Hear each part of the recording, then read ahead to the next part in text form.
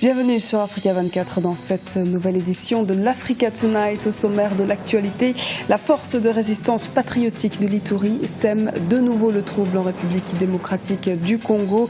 Les négociations entamées en 2014 en vue d'une reddition sautent au point mort. La nouvelle est tombée ce lundi. Le gouvernement burundais demande le rappel de Boubacar Diarra, représentant spécial de l'Union africaine pour le Burundi et pour la région des Grands Lacs. L'Afrique regorge de richesses humaines et culturelles. Cette Afrique en mutation est quotidiennement illustrée au sein du site internet Ifriqiya Mag. Sa créatrice, Ifriqiya Kenge, ambitionne en effet de sortir des clichés auxquels fait face le continent. Mais avant de développer ces titres, le Soudan se prépare à la tenue des élections présidentielles et législatives prévues le 13 avril. Les rebelles de la branche nord du mouvement de libération du peuple du Soudan prévoient pourtant de perturber le processus. Ce samedi, ils ont assuré s'être emparés d'un camion transportant des urnes sur la route reliant Kdougli, la capitale de l'État du Kordofan Sud, avec la ville de Diling. Le porte-parole de l'armée, le colonel Al-Sawarmi Khaled Sahad, a toutefois déclaré qu'il n'avait aucune information sur cette embuscade. Pour autant, le ministre de la Défense Abdelrahim Mohamed Hussein a déclaré ce vendredi que l'armée ne permettrait pas aux rebelles d'entraver les élections. En République démocratique du Congo, ce sont les rebelles de la force de résistance patriotique de l'Ituri qui inquiètent. La FRPI ne semble pas avoir perdu son pouvoir de nuisance. Les exactions ont repris ces derniers jours, poussant la population à se réfugier au Rwanda, comme nous l'explique Grazela Tiakonte. La FRPI ressurgit en République démocratique du Congo. Depuis quelques semaines, des exactions attribuées à la force de résistance patriotique de l'Ituri se multiplient. Pillages, vols, enlèvements, viols collectifs.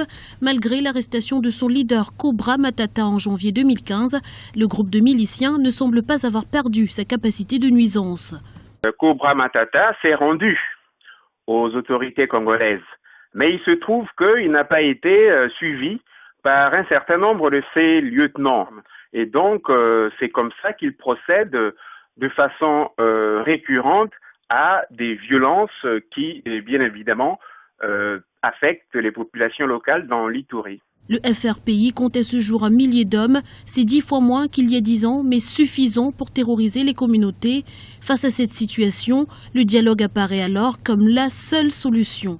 Le gouvernement de Kinshasa doit engager le dialogue avec les responsables de ces exactions. Parce qu'il y a eu des tentatives d'opérations militaires dans le passé et la situation n'a pas été réglée pour autant.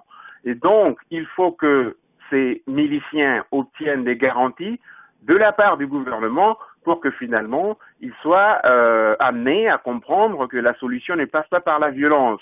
L'an passé, les autorités congolaises avaient entamé des négociations avec la FRPI en vue d'une reddition. Mais l'arrestation du leader du groupe, ajoutée aux violents combats qui ont opposé les miliciens à l'armée congolaise fin janvier, n'ont rien arrangé.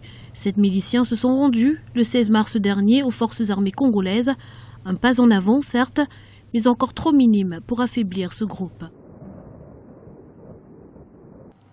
Le ministre de la Défense du Cap-Vert en visite en Angola ce lundi.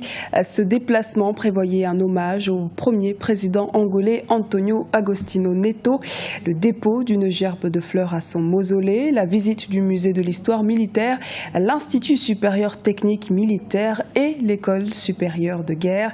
Au programme de la délégation capverdienne également, une rencontre avec la ministre angolaise des Affaires parlementaires.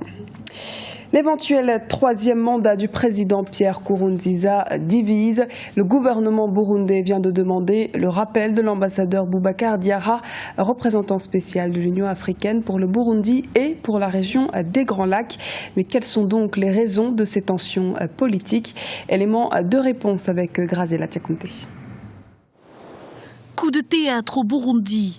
Boubacar Diarra, représentant spécial de l'Union africaine pour le Burundi et pour la région des Grands Lacs, a été remercié par le gouvernement ce lundi. Une décision qui traduit, selon certains observateurs, l'entêtement du président sortant, Pierre Nkurunziza, à se maintenir au pouvoir. Le remerciement de l'ambassadeur Boubacar Diarra, qui représentait l'Union africaine au Burundi, aussi dans la région des Grands Lacs, et dans la continuité de ce qui se passe au Burundi, notamment le troisième mandat du président Nkurunziza, un principe qui est interdit par les accords d'Arusha. Ce qu'on peut dire, c'est que cet ambassadeur était le fervent défenseur, disons, de l'anti-troisième mandat du président Nkurunziza. C'est lui qui était à la tête pratiquement de ce mouvement. Cela signifie que le président Nkurunziza veut à tout prix se présenter pour un troisième mandat, et donc il écarte toutes les personnes gênantes. On commence par celui de l'Union africaine, éventuellement qu'il pourrait y avoir d'autres de l'Union européenne. À 3 mois de l'élection présidentielle, la candidature du président Pierre Nkurunziza pour un troisième mandat continue donc de diviser, contestée aussi bien par l'opposition et la société civile que par son propre camp. Mais rien n'y fait, le pouvoir burundais n'entend pas se plier malgré les mises en garde internationales. Ce que l'ambassadeur Diarra faisait ou disait, c'est finalement ce qui se disait, ce que les autres présidents ont dit, que ce soit le président tanzanien Kikwete, le président Museveni, tous les présidents, même le président Kagame. Donc, c'est le même message qui est transmis au président Nkurunziza. Tout simplement, il commence par à remercier quelqu'un qui est bien visible, et c'est un signe aussi qui est adressé à l'Union africaine. Et alors que le climat politique se crispe, une vague de tensions se propage à travers le pays, poussant une population qui ne se souvient que trop bien de la guerre civile à fuir vers le Rwanda voisin. Un climat d'insécurité entretenu par les autorités selon certains observateurs. Le but étant de dissuader à quelques semaines des élections toute velléité de soulèvement populaire. Île Maurice, la Brammer Bank a perdu son permis d'opération sur le sol mauricien. La compagnie d'assurance BAI a quant à elle été mise sous tutelle judiciaire. Les activités de la Brammer Bank seront reprises par la State Bank. Le groupe BAI, actif dans divers domaines allant du secteur bancaire, de l'assurance, de la santé aux activités hôtelières, se retrouve désormais dans de grandes difficultés. Notons que ces deux géants représentent au moins 10% du produit intérieur brut mauricien. Avec cette décision, ce sont également 4000 emplois qui sont directement menacés. Portrait d'une Congolaise pleine d'ambition, Ifrikia Kenge exerce la profession de journaliste, un métier qu'elle allie au numérique afin de donner la parole au plus grand nombre d'Africains. Notre correspondant au Congo-Brazzaville, Prince Bafolo, l'a rencontré. Voici son portrait. Elle s'est proposée de revisiter le journalisme numérique. La Congolaise Ifrikia Kenge, 28 ans, journaliste indépendante, a lancé son web média Ifrikia Mag. Principal objectif, donner la parole aux Africains qui font bouger le continent, mais qui sont très peu connus. Historiens, photographes, commerçants, chanteurs, Ifrikia donne la parole à tous ceux qui font vivre l'Afrique au quotidien. Ces jeunes sont des artistes et musiciens en quête de visibilité.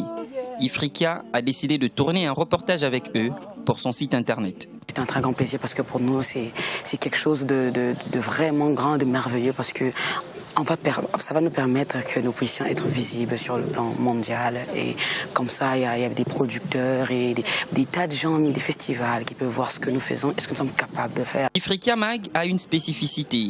Tous ses contenus sont produits grâce à un téléphone portable.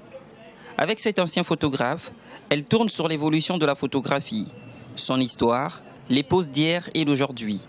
Sur son site, Ifrikia, dont le nom est tiré du nom Afrique, traite plusieurs sujets pour redorer l'image de ce continent qu'elle affectionne tant. Quand j'allais à l'extérieur, je rencontrais des gens, l'image qu'ils voyaient de l'Afrique, c'était quelque chose de négatif. On parle de guerre, on parle de pandémie, d'épidémie, donc il y a Ebola, VIH, SIDA. Donc moi je voulais montrer une Afrique que moi je voyais, une Afrique qui était bouillonnante, différente, un des clichés.